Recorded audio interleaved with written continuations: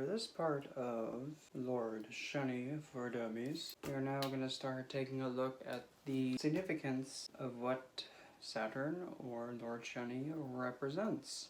And yes, this one's probably going to be, as you deem, the most fun. The one responsible for your karmic upside the head. Saturn represents your limits, your sense of boundary, what you are afraid of, what you fear most, what makes you stop and think.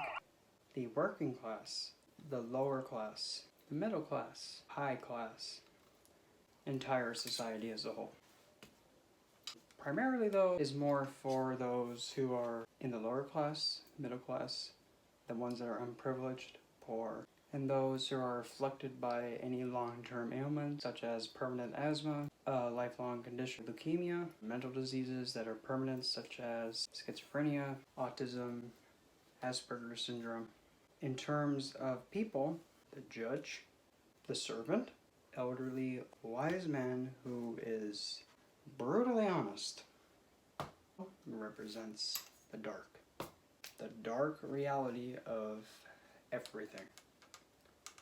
He also represents ice and anything that takes a long time to form. Anything that you have to invest in, such as a stock, is something that has to grow. A lot of people don't know this one. Saturn actually has a dominion and rules the body as a whole. Every part of the body altogether. What is your physical body? It's a limitation. Because you cannot go outside your body.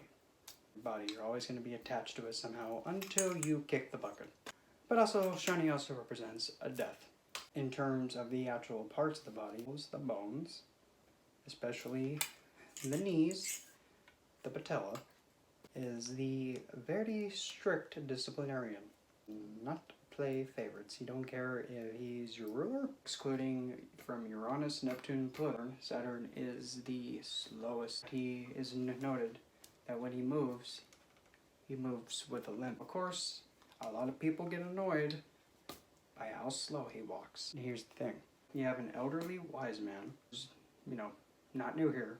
He's been here for a while. He moves his cane forward. Every step he takes, it's heavy, but it's precise. You're making a movement, take a step, your full effort into it, and repeat. The idea, every step you take, put out your full effort, because that's one of Saturn's other qualities. He makes you struggle. He wants you to prove what you want is actually what you want. And if you put in the work and the effort, he'll reward you equal to what you put out. Saturn is ultimately you. Yep, I'll say it again. Saturn is only a reflection of you. Out. All he knows how to do is just go, throw it right back. If you throw out effort, he will go, okay, catch. Oh wow, look at all this gold. Incoming! When he transits, once he steps in, okay, let's see, I'm in Capricorn in this guy's 7th house. He ignored his wife.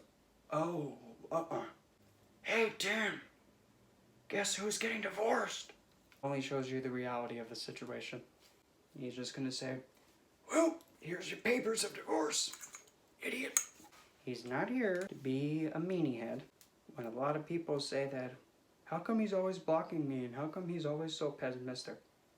Saturn is the servant.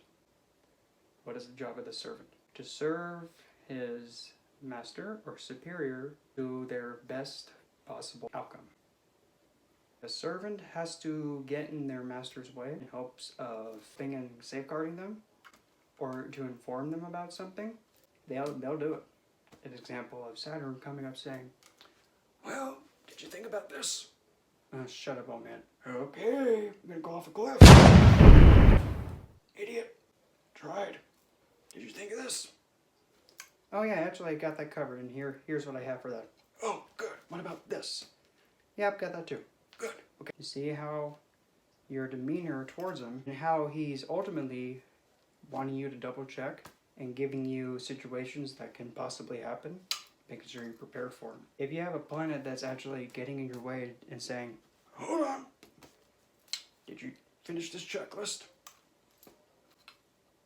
Oh, it's good. Right, either way. Which way now? Trying to think of any other good things about Lord Shani. I mean, there's just so many of them. A lot of people curse him because they don't understand daily life, readings, and placements. Because if you understand his true nature, he's only there to tell you the reality of it, and he's actually doing you a favor by telling you what's about to come right for your face. But at the same time too, since he's the one that's pretty much behind you the whole time going like, oh, I saw that. You're gonna get whacked that next life. And forget it. We'll have it at Saturn Return. I better get Saturn. Yeah, screw it now. That's just what he does. Kind of an all over the place significance of Lord Shani in terms of representations and whatnot. And in the next video, we're actually going to be talking about where he's placed and how he influences that. And on top of that, his aspect codes. And then as soon as we finish that one up, we're going to start having him go through all the houses and all the signs and what happens when he's sitting with a certain planet. Like Moon. God, she's so emotional.